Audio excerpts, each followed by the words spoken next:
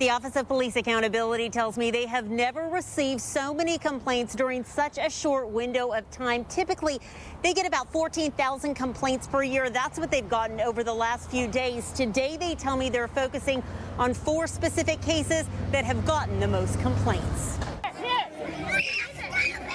This is the viral video that has outraged so many. A young girl and her dad moments after she was maced by police near Westlake Park Saturday afternoon. Evan Rio was there rolling with his camera at what he described as a peaceful protest. All I know is there were maybe 50 people in that line facing off against the cops, but I mean, it was during a peaceful prayer, by the Reverend across the street. The heart-wrenching video of the little girl in agony has sparked 11,000 complaints to Seattle's Office of Police Accountability. It was just really sad more than anything. It was really horrifying.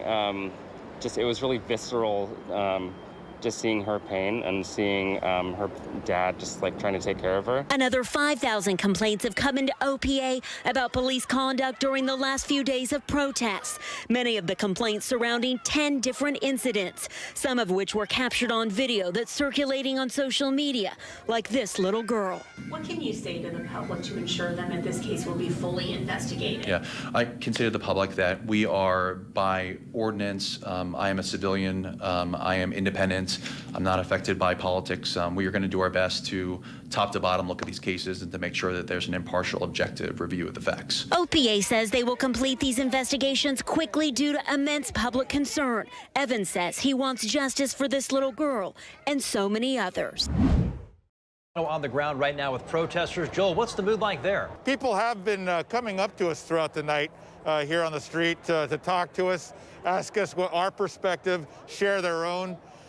We were just approached by a man who said that he had spent about 4 or 5 hours right up against the railing where the police barricade is at.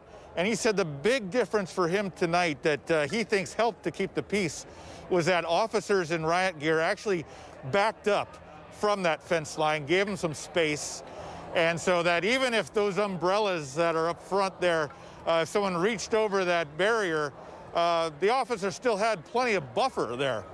And so no one reacted very quickly. There was some weird tension, though, and Matt alluded to it, that those skirmishes, we'd be standing here, and all of a sudden, everyone would start running in our direction, and we were kind of like, oh my gosh, it's about to happen, but we wouldn't hear anything.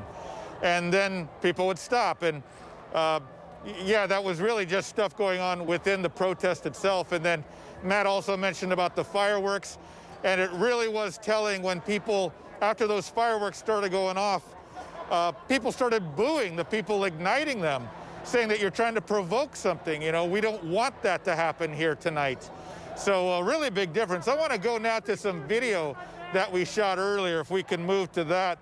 It was a much different scene just a few hours ago. There were people who were pressed in by the hundreds, facing off against police outside the East Precinct here on Capitol Hill. Second night in a row, and as you said, marking a 5th straight night of angry demonstrations in Seattle. Plenty of taunts directed at officers, calls that they ditch their riot gear, take a knee with the crowd, walk away from their jobs. Protesters say the police have been the true aggressors in the streets, and the killing of George Floyd, that was the tipping point. But for now, that outrage has remained peaceful. You can see this is a peaceful demonstration right now. This is a peaceful protest.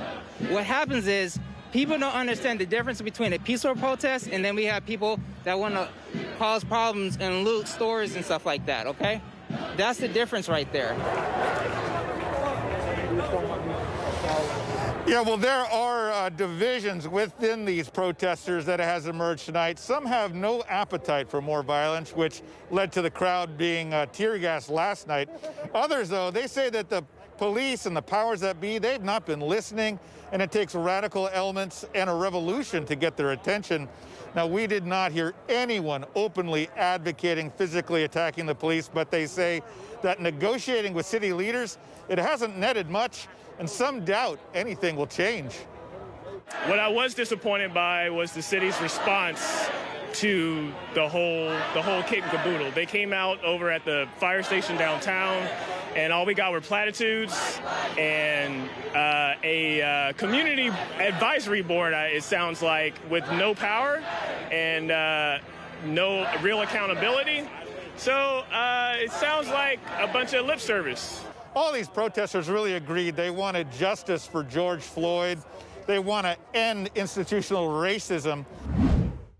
An extraordinary and inspiring moment in Seattle. Mayor Jenny Durkin and city leaders having a dialogue with thousands of protesters who marched right to the Seattle Emergency Operations Center demanding attention. But we will continue to listen. And we know that you will continue to push us. And that's your job. I am here to tell you I stand with you. I really stand with you. That understanding led the mayor and protesters to broker a meeting, coming up with a plan for real change starting Wednesday. I do not think that we will have solutions today.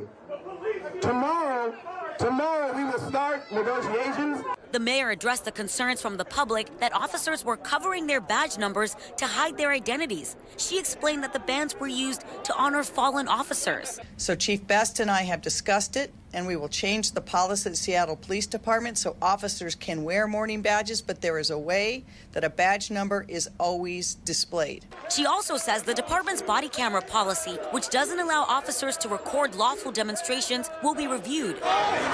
In the meantime, city leaders say the Office of Police Accountability will review video from the protests that turned violent on Capitol Hill last night and how SPD handled those protests. Our city and our country are aching, and we are at a tipping point.